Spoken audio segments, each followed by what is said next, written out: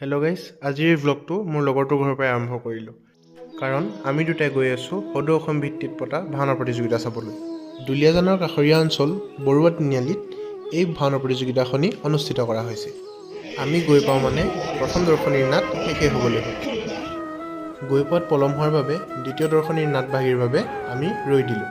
আজিৰ এই ভ্লগটোত আপোনালোকে ভাওনাৰ কিছু দৃশ্য উপভোগ কৰক।